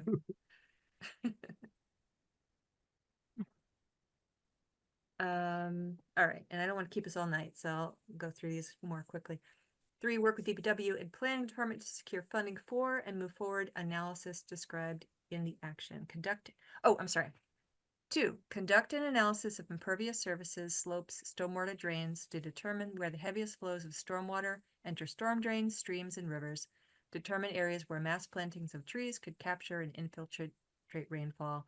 And I presume other activities relative to this that could ameliorate the issues. This brings to mind the person who came to us a couple of times with the storm issues around Arch Street. Yeah.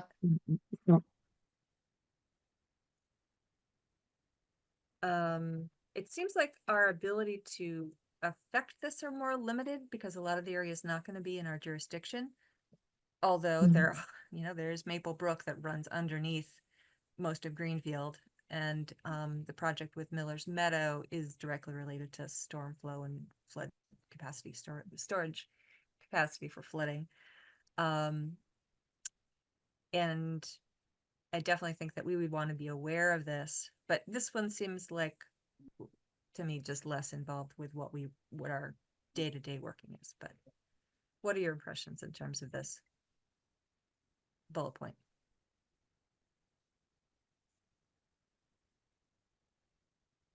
I think that's a much more difficult one overall, even outside of just being Conservation Commission. Yeah.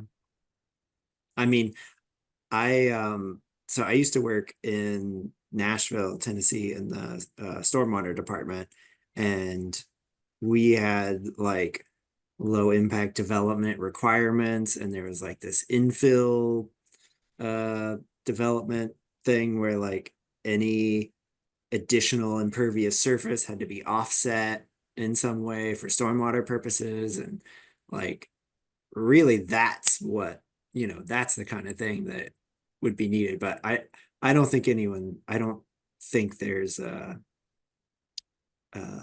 political will or or public will to, you know, have those sort of restrictions on development. But that's kind of where my mind goes with like what's really needed. And so that's good to know, Travis, actually, that you've got a background where you're pretty informed about these issues.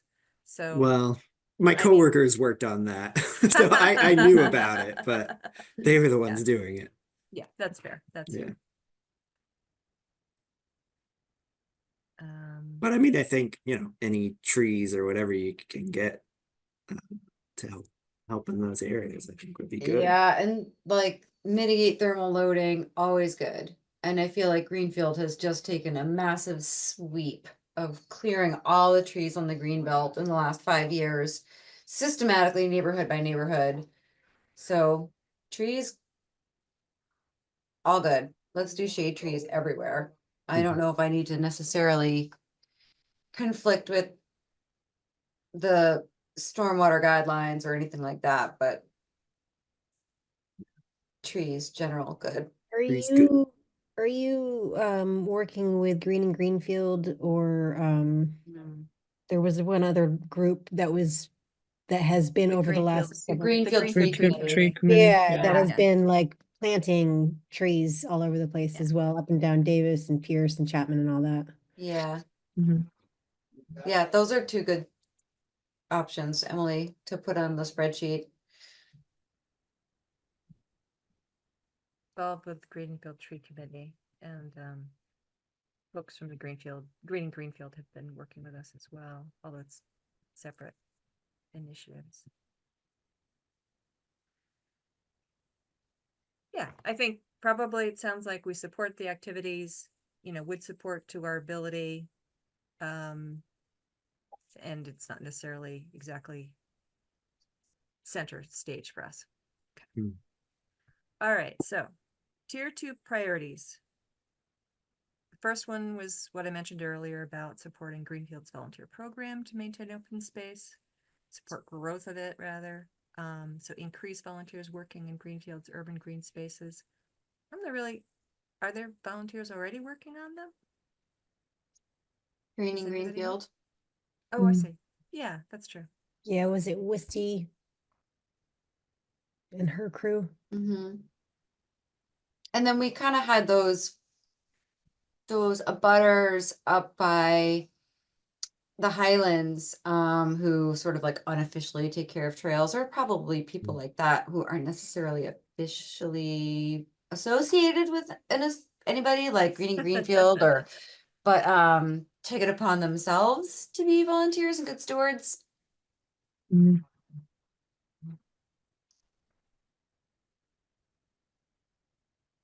One of the ideas would be to hire a volunteer coordinator, possibly through TerraCord, to recruit and manage volunteers to help maintain Greenfield's public streets, gardens, conservation areas, as well as to participate in annual cleanup, planting events, and invasive plant species removal. And maintaining an online site to connect volunteer opportunities with existing resources and organizations. Again, that really sounds like Green and Greenfield, like Wisty. Yeah, yeah, like together you could be a little bit stronger rather than both trying to work at it from Mhm. opposite ends.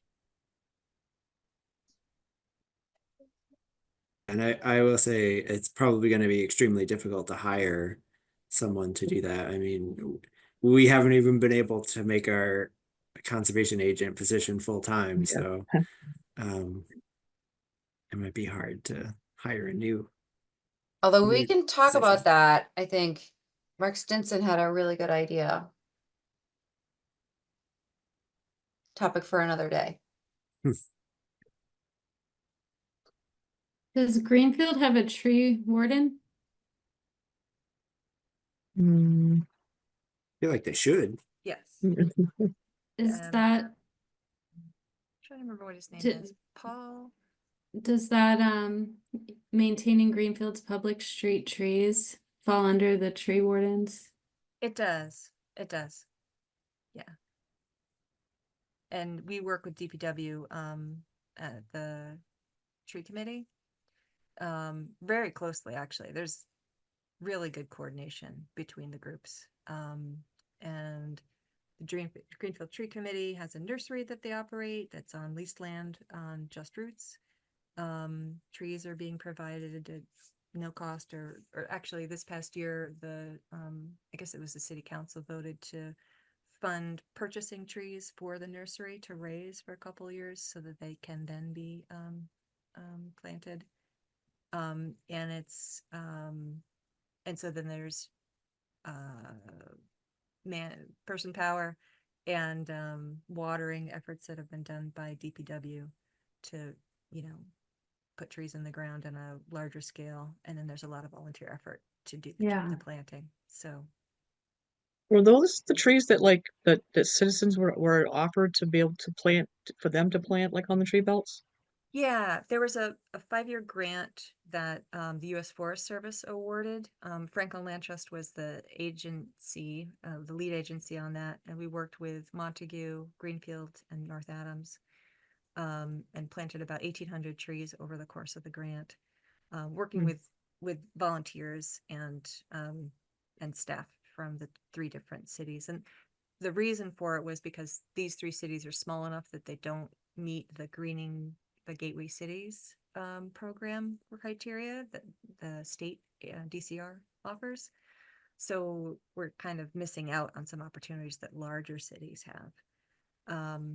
And Greenfield had the Greenfield Tree Committee that had been in operation for some time and was able to really capitalize on it and built this nursery as well. So it's left us in a good position here. So, sorry. Okay. Moving on, just to go through the last 2, advocating for protection of farmland. This also seems like something that would be a pretty high priority to us. And There again, is a ag commission in Greenfield, is there not? yes. Yeah, I think there is actually. There is now. Right. It's recent. So it seems like that would be something that would make sense to work with them on.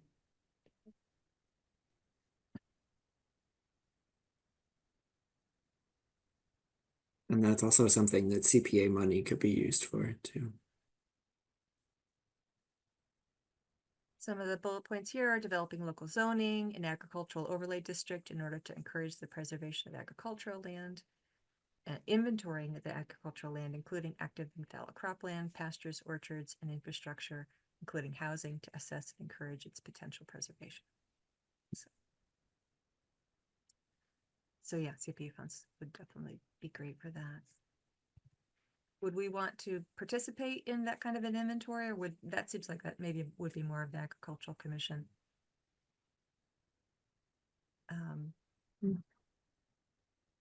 And the local zoning and agricultural overlay district would be zoning board?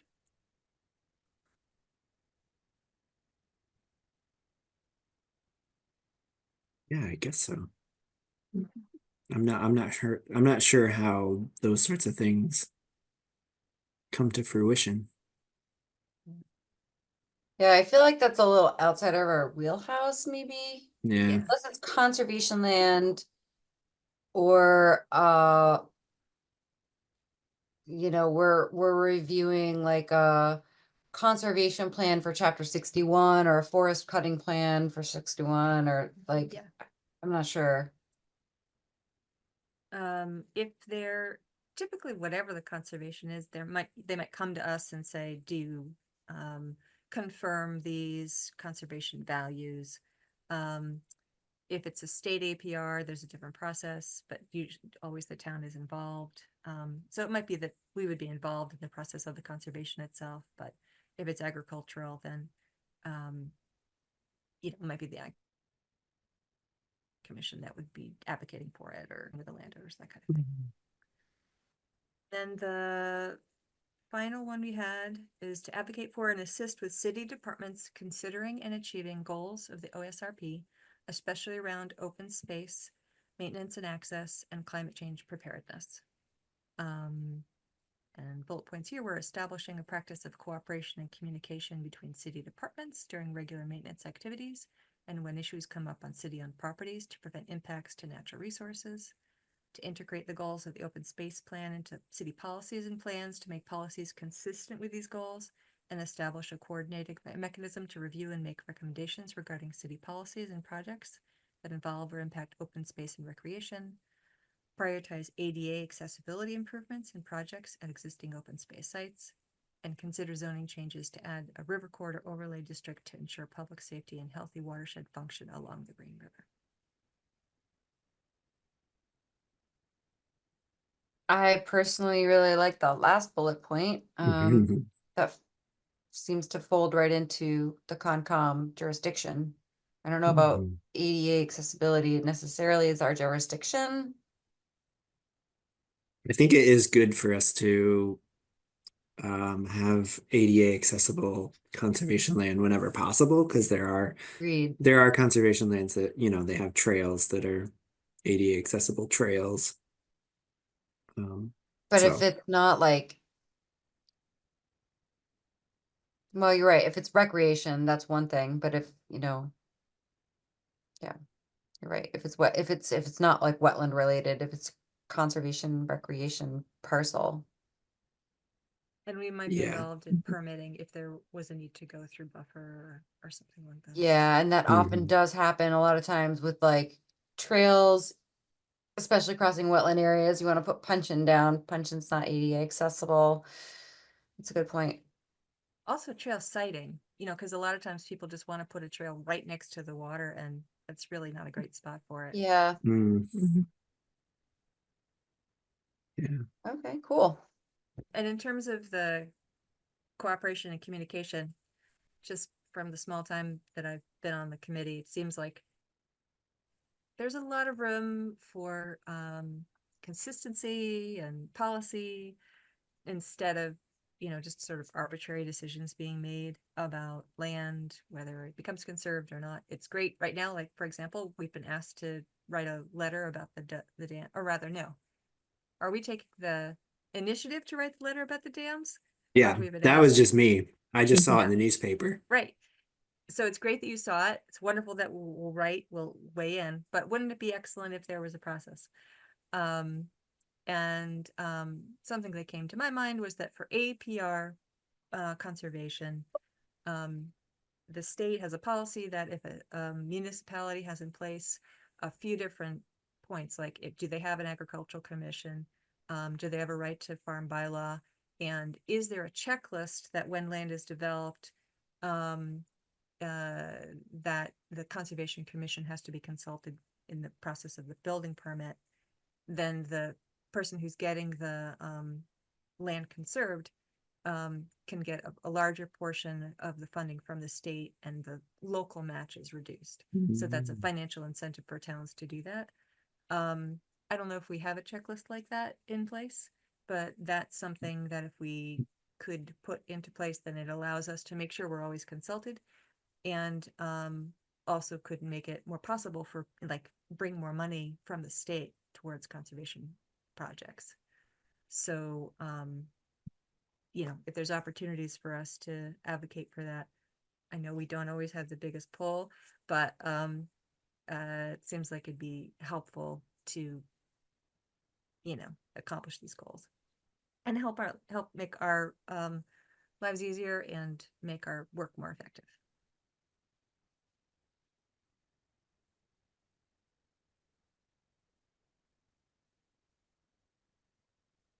Is there a checklist like that in Greenfield? I think Mitch said that there was like a checklist like that for applicants, and that like for building things, that it was like has to go to the Conservation Commission, Yeah. you know, all the different boards that it had to go to. So I think I've never seen it, but I'm pretty sure Mitch told me that something like that does exist. Jess, would you mind just inquiring?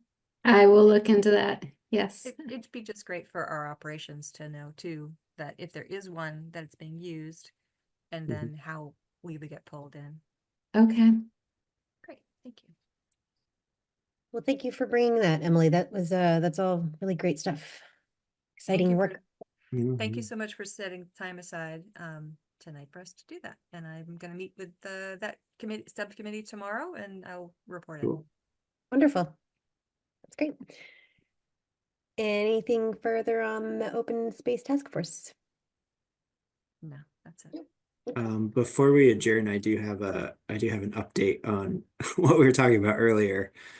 Oh geez, hold on. I was gonna share and be all smooth and just have it there, but it didn't work. So this is the Conservation Commission Act that established conservation commissions. And it says said commission may receive gifts, bequests, or devises of personal property or interest in real property of the kinds mentioned below in the name of the city or town, subject to the approval of city council in a city or of the selectmen in a town. So according to state law, the mayor does not have a say in whether we Yeah. accept conservation land or not, only the Conservation Commission and City Council. Yeah, by a So- 2/3 vote, yeah. And I feel like someone should probably tell the mayor, just so there's not confusion Well, in the Eric process. has been talking to her. He was talking to her today. Okay. So I can tell him this because it might just be that he's continuing his conversation that he was already having. Okay. Yeah, or maybe she's bringing something to the attention of the city council with like her support behind it. I don't know. I don't know. I'm just, A follow-up to determine whether or not she's actually planning to be the arbiter of this decision, or if it's just a conversation that's going on would be helpful. And then I think that the other thing that we decided that we needed was a site visit to determine whether or not we even wanted to accept this gift.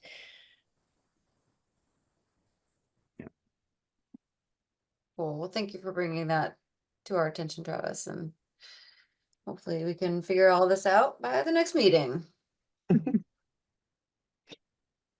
Speaking of which, actually, wait, enforcement updates, we've already gone over Oak Hill. Do we have anything for the 637 Coleraine Road or the 8 Conway Drive? No, last meeting, we discussed there being a turnover at the DEP, I think. As far as them taking on, they had passed on taking on legal responsibility or following up with it from a legal standpoint, because it was just too small peanuts. So yeah, we were gonna follow up with the new staff there and see if they have a change of heart. Great. So that's still pending. Okay. Let's see, here we are. So I think at this point, we can move on to the closing of our meeting. Our next meeting will be November 26th, 2024 at 6:30. Same Zoom time, same Zoom channel. I will motion to adjourn so I can go eat dinner. Mhm. I'll second Second. that. Uh, Eric, got it. Erica's got it. All right, let's start with a vote. Emily, Aye. Travis, Aye. Erica, Bye. Kristen, Aye. I'm an aye. All right, everyone. Well done.